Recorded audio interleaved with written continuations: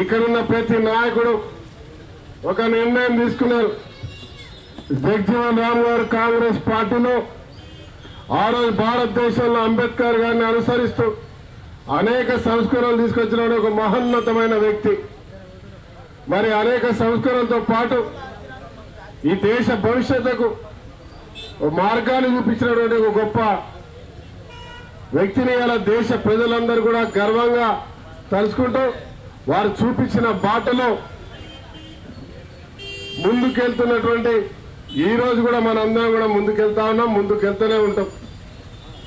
ఇలా దళితులకు గౌరవం ఇచ్చేటువంటి వాటి ఎవరైనా ఉన్నారంటే నిజంగా చెప్పాలి కాంగ్రెస్ పార్టీ.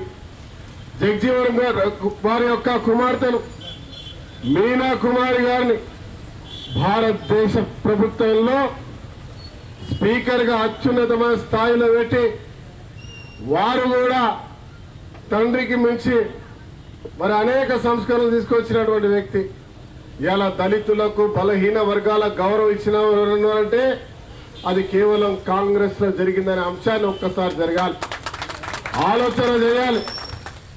ఈరోజు మీరందరూ కూడా నన్ను ఆశీర్వదించి కనీవిని ఎరగని రీతిలో రాష్ట్రంలో ప్రతి ఒక్కరు కూడా రామగుండం వైపు చూసే విధంగా తీర్పునిచ్చినారు.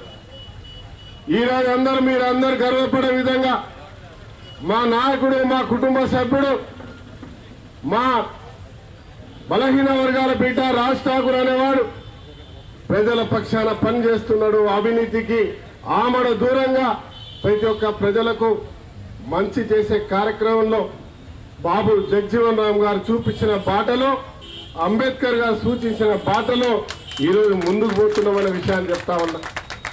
దళారులకు, దోపిడీదారులకు మరి ఈ ప్రాంతం నిర్లక్ష్యానికి గురైనటువంటి ఈ ప్రాంతాన్ని పూర్తి స్థాయిలో పూర్తి పూర్వం తీసుకురావడానికి ప్రయత్నం చేస్తా ఉన్నాం. ఏదైతే ఎన్నికల్లో ఆశీర్వదించినారో నేను మీ అందరినీ చేతులు జోడించి కోరుతా ఉన్నా. గతంలో రాష్ట్రంలో దోపిడీదారిని పక్కన పెట్టినారు. ఇలా దళిత బలహీన వర్గాల వారు రేపు జరగబోయే ఎన్నికల్లో సారస్వతిక పార్లమెంట్ ఎన్నికలు వస్తా ఉన్నాయి. మరి ఇలా మాట్లాడాల్సిన అవసరం కూడా ఉన్నది. మీకు తెలుసు ఎవరెవరు కలిసి ఏ రకంగా దొంగచాటు మరి కలయికలతో వస్తా ఉన్నారు.